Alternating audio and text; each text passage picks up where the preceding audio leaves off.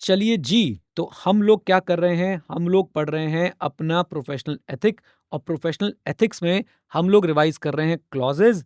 हमारे सबसे पहले 4 क्लॉज कौन-कौन से हैं? नाम दिया नॉन सीए को, शेयर कर दी फीस, एक्सेप्ट कर लिया प्रॉफिट भी, पार्टनर बना लिए 20। नाम दिया नॉन सीए को रिवाइज हो गया था, हाँ जी रिवाइज हो गया था कि किसी नॉन सीए को अपने नाम पे प्रैक्टिस करने नहीं देना है। उसके हमने अंदर की भी सारी मटेरियल अच्छे से पढ़ लिया था कि भाई किस-किस को अलाउ है, किस-किस को अलाउड नहीं है। शेयर कर दी फीस, क्या कोई चार्टर्ड अकाउंटेंट इन प्रैक्टिस अपनी फीस में से शेयर कमीशन ब्रोकरेज जो है वो दे सकता है किसी और को? आंसर इज नो, एक्सेप्शन हमने पढ़ ली थी। एक्सेप्ट कर लिया प्रॉफिट भी, क्या कोई chartered accountant in practice accept कर सकता है किसी और के प्रॉफिट्स में हिस्सेदारी? आंसर इज नो, एक्सेप्शन हम लोग देख लेते हैं। कम ऑन, एक्सेप्शन हमारे पास क्या है, आइए इसको रिवाइज कराता हूं आप लोगों को। क्लॉज 3, एक चार्टर्ड अकाउंटेंट इन प्रैक्टिस को गिल्टी मान लिया जाएगा प्रोफेशनल मिसकंडक्ट का इफ ही एक्सेप्ट और agree to accept part of profit of the professional work, part of profit of the professional work of a person who is not the member of the institute। यानी member of the institute के work में, उसके work से जो profit हो रहा है उसमें मैं पार्ट ले सकता हूं क्या? आंसर इज यस, ले सकता हूं, नो प्रॉब्लम। अच्छा, और किस किस से ले सकता हूं मैं प्रोफेशनल वर्क के प्रॉफिट का पार्ट? प्रोफेशनल वर्क के प्रॉफिट का पार्ट और किस किस से ले सकता हूं? Member of such professional body और other person having such qualification as may be prescribed. 53A हमारा जो रेगुलेशन है वो क्लॉज 2 के लिए भी है, क्लॉज 3 के लिए भी है। यानी जिनके साथ मैं अपनी फीस का शेयर कमीशन ब्रोकरेज शेयर कर सकता हूं, उनका फीस का मैं साथ साथ में क्या ले सकता हूं, उनके प्रोफेशनल वर्क का भी मैं जो है प्रॉफिट ले सकता हूं। अच्छा, क्या referral fees among members allowed है? आंसर इज यस, बिल्कुल अलाउड है, नो प्रॉब्लम एट ऑल। क्या वैल्यूअर के साथ, क्या वैल्यूअर के प्रोफेशनल वर्क के प्रॉफिट में मैं कुछ शेयर कर सकता हूं? आंसर इज नो, क्योंकि वैल्यूअर 53A में नहीं है। Now let's talk about clause number 4। Clause number 4 practically है बेकार। क्लॉज नंबर 4 प्रैक्टिकली है बेकार। क्यों है प्रैक्टिकली बेकार? क्योंकि क्लॉज नंबर 4 क्या बोलता था? नाम दिया नॉन सीए को, शेयर कर ली फीस, एक्सेप्ट कर लिया प्रॉफिट भी और पार्टनर बना लिए 20। पार्टनर बना लिए 20 मतलब याद रखिए कि भाई आप as a chartered accountant in practice you can not enter partner, you can not enter into partnership whether in India और outside India except with the people who are allowed. अब कौन कौन से लोगों को अलाउ कर रखा है या कौन कौन से प्रोफेशनल के साथ आपको पार्टनरशिप करने के लिए अलाउ कर रखा है, मैं आपको वो पढ़ा देता हूं। इनके अलावा आप किसी और से भी जो है पार्टनरशिप नहीं कर सकते। सबसे पहले आप अगर एक सीए इन प्रैक्टिस हैं, you are allowed to enter into partnership with another CA in practice, no problem. Come on tell me, जल्दी बोलिए। अच्छा, फिर साथ में you can enter into partnership with member of the professional bodies having such qualification as may be prescribed, और उनकी qualification क्या है? Member of the professional body having such qualification as may be prescribed, और qualifications जो recognise कर रखी है CG ने या काउंसिल ने for the purpose of partnership. CA के साथ allowed, CA with the members of the professional body having such qualification as may be prescribed और qualification recognised by central government और काउंसिल, अलाउड। अब ये qualification है कौन सी? ये कहां पे दे रखी है? बहुत सिंपल है, रेगुलेशन 53B में दे रखी है। 53B में सब कुछ आते हैं, बस एक चीज नहीं आती है, वो बोलिए क्या? कम ऑन टेल में, जल्दी बोलिए। एमबीएस जो है वो नहीं आते हैं। डन। अच्छा जी, आओ मेरे साथ साथ।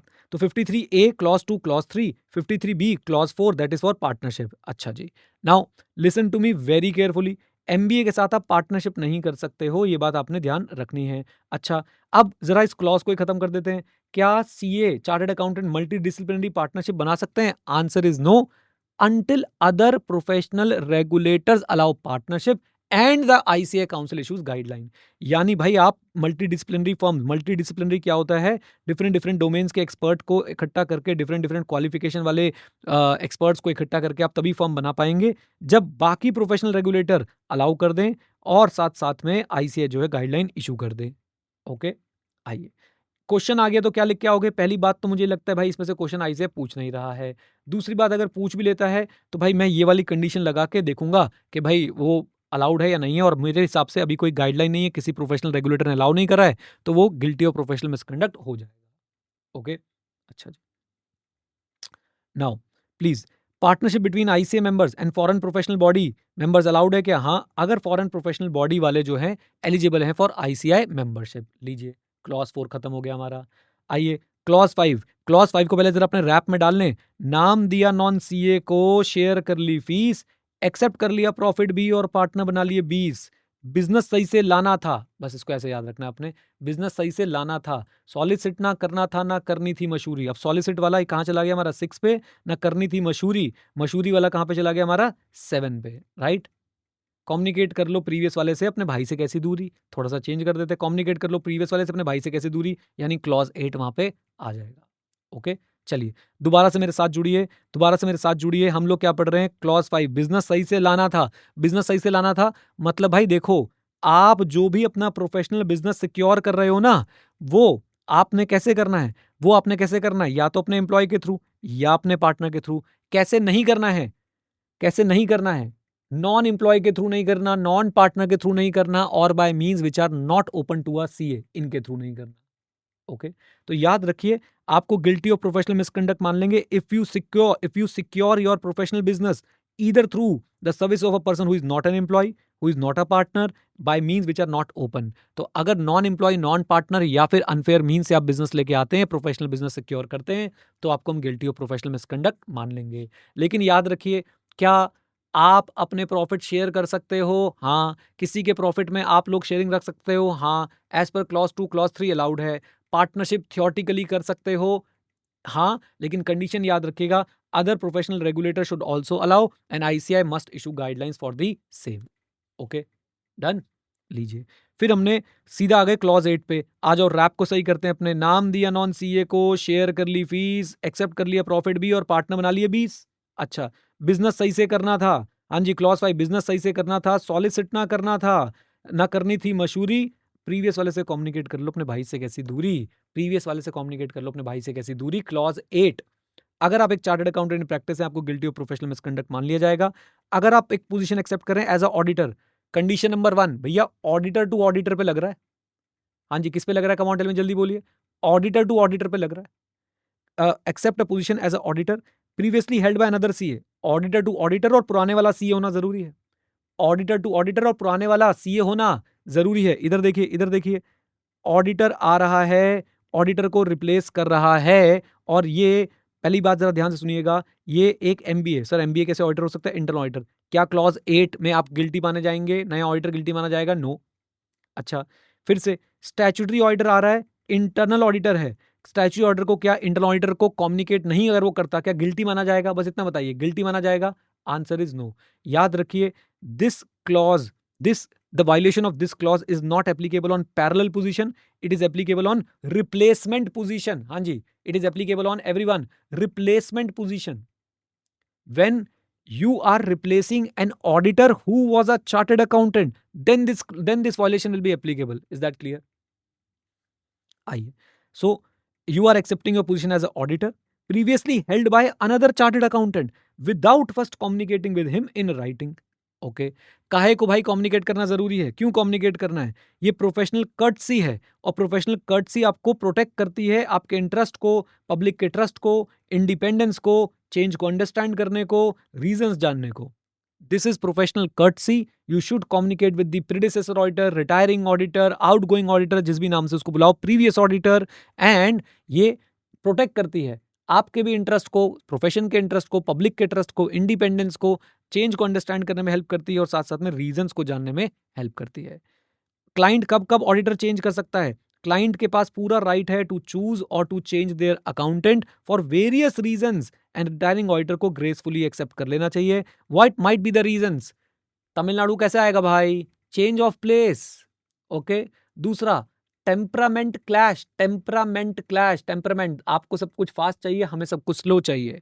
Not satisfied with this services, मजा नहीं आया। Dispute regarding fees, dispute regarding fees तो सबसे बड़ी बात है ही, कमांडर में जल्दी बोलो, आओ प्लीज। ओके, तो ये हो गया why to change the auditor. Now उसके बाद reasons for new auditor for not accepting, very important, याद रखिए, नए ऑडिटर किन किन कारणों के चलते एक्सेप्टेंस नहीं देंगे। Number 1, non compliance with the provision of section 139, 140, 141, 142 of the companies act 2013। Number 2, non payment of undisputed audit fees by the auditee to the auditor. Come on tell me an exception क्या है? Sick unit, sick unit में undisputed audit fees not paid है, you can accept it. अच्छा, तीसरा तीसरा reason for non acceptance, issuance of qualified report. ये बड़ा nuanced है, इसको अच्छे से देखेंगे, पहले इनको समझ लेते हैं। अगर नॉन कंप्लायंस का केस है और अनडिस्प्यूटेड ऑडिट फीस जो है वो पेड नहीं है, तो भैया अगर आप एक्सेप्ट कर लेते हैं प्रोफेशनल मिसकंडक्ट माना जाएगा। Sick unit is an exception. Sick unit वो है 5 साल कम से कम एग्जिस्टेंस को हो गए हैं और जो है इनके accumulated losses greater than equal to net worth हैं at the end of the financial year. तो ऐसे यूनिट्स के केस में अगर अनडिस्प्यूटेड फीस नॉट पेड है तब भी एक्सेप्ट करोगे, चलेगा। अदरवाइज अगर अनडिस्प्यूटेड फीस नॉट पेड है या non compliance with companies act है तो भैया याद रखिए आपको गिल्टी मान लिया जाएगा। Now coming to this point जिसपे एग्जाम में क्वेश्चन भी आ सकता है, क्वालिफाइड रिपोर्ट इशू हुई है। क्वालिफाइड रिपोर्ट इशू हुई है। नंबर 1 देखो भैया ऑडिटर का स्टांस कैसा है, ऑडिटर का एटीट्यूड कैसा है। अगर वो अनजस्टिफाइड है, इम्प्रॉपर है, एक्सेप्ट करो बिंदास, कोई रोकने वाला नहीं पैदा हुआ। हेलो। नंबर 2 अगर वैलिड रीजंस एग्जिस्ट करते हैं, अगर वैलिड रीजन एग्जिस्ट करते हैं क्वालिफाइड रिपोर्ट के, यानी कि ऑडिटर का स्टांस जस्टिफाइड है, ऑडिटर का एटीट्यूड सही है, तो याद रखें healthy practice decline, healthy practice decline. Why? Because replacing inconvenient auditor damages the professions reputation. But याद रखें there is no rule written और unwritten, there is no rule written और unwritten against accepting such appointments after knowing all the facts. Done. ये बहुत important है आपके exam के लिए। फिर से एक बार बोल देता हूं, अगर क्वालिफाइड रिपोर्ट इशू हुई है पहले चेक करो भैया उसका स्टांस, उसका स्टैंड, उसका एटीट्यूड अनजस्टिफाइड तो नहीं था। अगर अनजस्टिफाइड था एक्सेप्ट करें, कोई टेंशन की बात नहीं है। अगर उसके वैलिड रीजंस थे क्वालिफिकेशन के लिए, हेल्दी प्रैक्टिस बोलती है not to accept because replacing an inconvenient auditor, हाँ जी क्या करने वाला है, will damage the professions reputation. But there is no rule written or unwritten against accepting such appointment after knowing all the facts. Clear है बात? Come on, tell me. Yes, sir. Now, what is undisputed fees? ऐसी audit fees और related expenses जिस पे दोनों ने sign कर दिए, ऑडिटर ऑडिटी ने, और प्रोविजन भी बना लिया है अकाउंट्स में, उसे हम बोलते हैं अनडिस्प्यूटेड ऑडिट फीस। अच्छा, इनकमिंग ऑडिटर को क्या करना चाहिए? इनकमिंग ऑडिटर को अपना इन्फ्लुएंस यूज करके कोशिश करनी चाहिए कि भाई प्रीडिसेसर के फेवर में अपना इन्फ्लुएंस यूज करना चाहिए to have the dispute as regards और the fees settled. Fees settle कराने की पूरी कोशिश करनी चाहिए।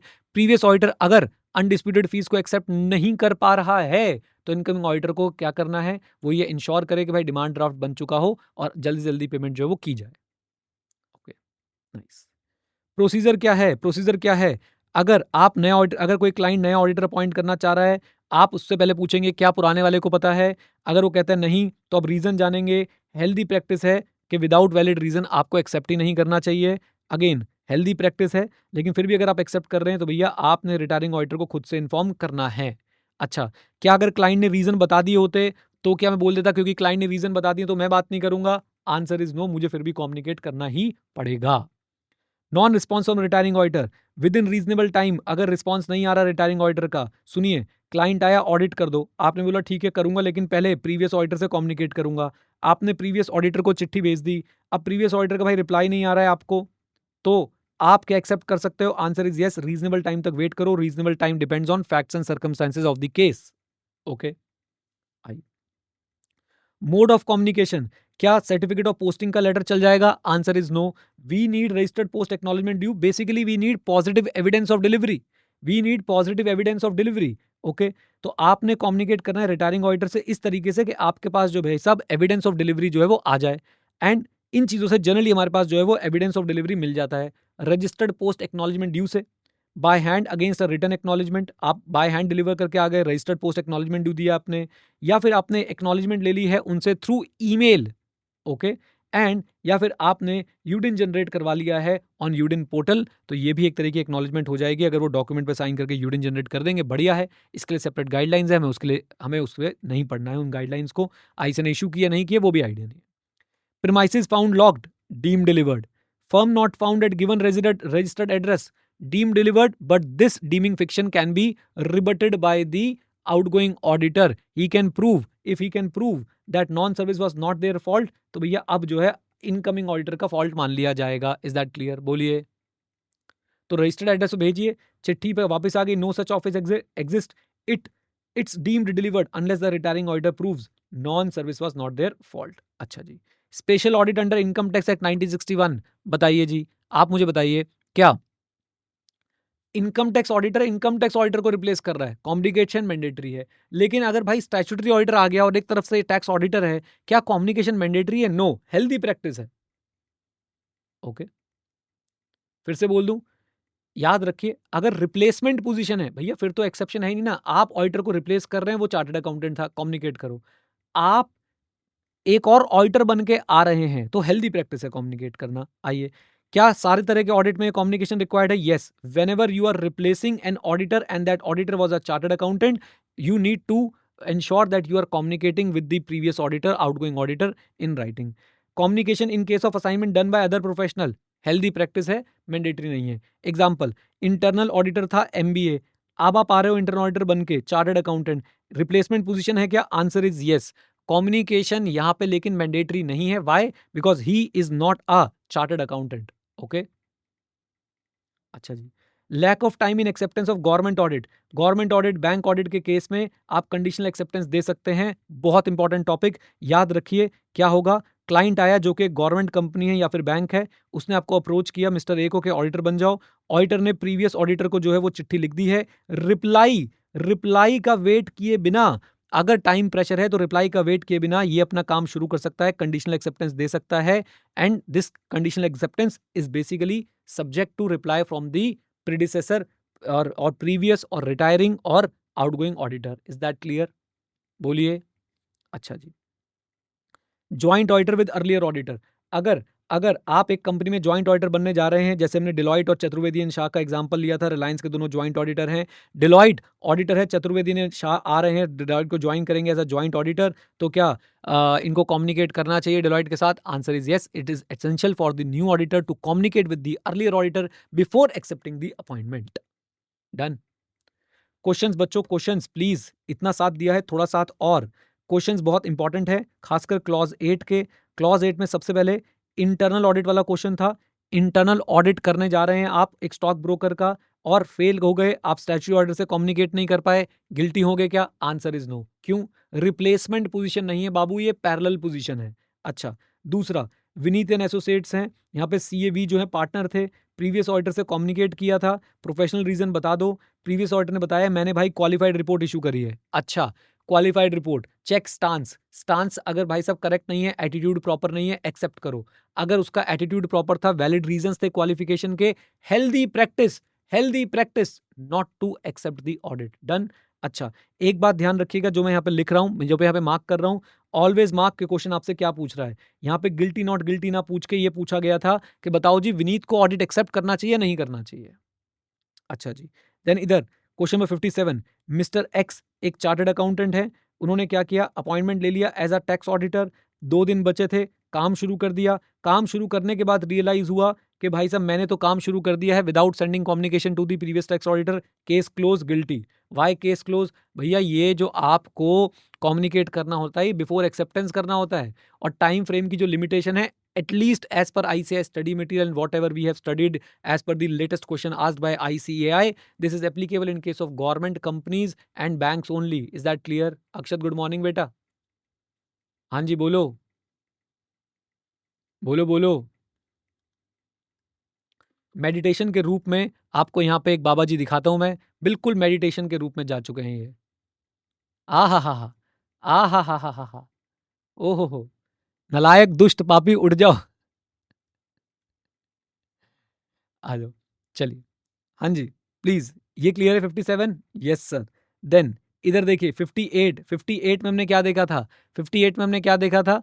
भाई एक चार्टर्ड अकाउंटेंट है, उसने लेटर भेज दिया सर्टिफिकेट ऑफ पोस्टिंग में। हट गंदा, सर्टिफिकेट ऑफ पोस्टिंग से कुछ नहीं होगा भाई। हमें क्या चाहिए? हमें चाहिए रजिस्टर्ड पोस्ट एक्नॉलेजमेंट ड्यू। हमें चाहिए भाई क्या? If delivery is by hand, हमें रिटर्न कंफर्मेशन दे दीजिए। हमें चाहिए क्या? हमें चाहिए भाई साहब आपके रजिस्टर्ड ईमेल एड्रेस से कंफर्मेशन आ जाए, या फिर यूडिन जनरेट कर लिया जाए यूडिन पोर्टल पे जाके, तो बढ़िया हो जाएगा। डन, लीजिए। तो इसमें हमने ये वाला क्वेश्चन पढ़ लिया था। ये पीएन नया क्वेश्चन गवर्नमेंट वाला, पीएन के साथ साथ एक और क्वेश्चन गवर्नमेंट वाला, यश वाला, राइट? ये केबीएन एसोसिएट्स वाला। तो ये क्वेश्चंस भी हमने कवर किए थे। इनमें इतने बड़े पैराग्राफ में क्या लिखा है, आइए जल्दी से आपको मार्क करा देता हूं। देखो भाई, वैसे तो मैंडेटरी है कि आपने कम्युनिकेट करना है इन राइटिंग, और ये यूनिफॉर्मली एप्लीकेबल है गवर्नमेंट और नॉन गवर्नमेंट एंटिटीज पे, बिफोर आपने कम्युनिकेट करना है। बट गवर्नमेंट कंपनीज और बैंक के केस में और इनके ब्रांच के केस में अपॉइंटमेंट अगर भाई साहब well with in the time हो रहा है, तो आपको before accepting the audit he communicate करना है। लेकिन अगर टाइम शेड्यूल जो है वो ऐसा है कि भाई साहब आप लोग इंतजार नहीं कर पाएंगे फॉर द रिप्लाई, तो आप लोग क्या करेंगे, कंडीशनल एक्सेप्टेंस दे दो बाबू। कैसे एक्सेप्टेंस दे दो, कम ऑन टेल में, जल्दी बोलो। कंडीशनल एक्सेप्टेंस दे दो। याद रखें, काम शुरू करने से पहले आप लोग जो है कंडीशनल एक्सेप्टेंस दे देंगे और अपना काम कमेंस कर लेंगे जो आपको इमीडिएटली करना है। और उसके बाद आप देखेंगे अगर जो रिप्लाई आया है उसके हिसाब से आप लोग जो है फिर अपना एक्सेप्टेंस को मॉडिफाई भी कर सकते हैं। डन, बोलिए। ठीक है जी, आ जाओ, लीजिए। तो ये हो गई बच्चों पूरी की पूरी रिवीजन। हमें लगभग 20 मिनट लगे हैं आज की क्लास को रिवाइज करने में, एंड आपका साथ बहुत ज़्यादा ज़रूरी है इसमें। चलिए, एंड इसको सोच रहा हूँ फास्ट ट्रैक में कन्वर्ट करके सेल करना शुरू कर देता हूँ। अरे नहीं, नहीं नालायकों, ये तुम्हारे लिए रहेंगी यूट्यूब पे। Okay, bye.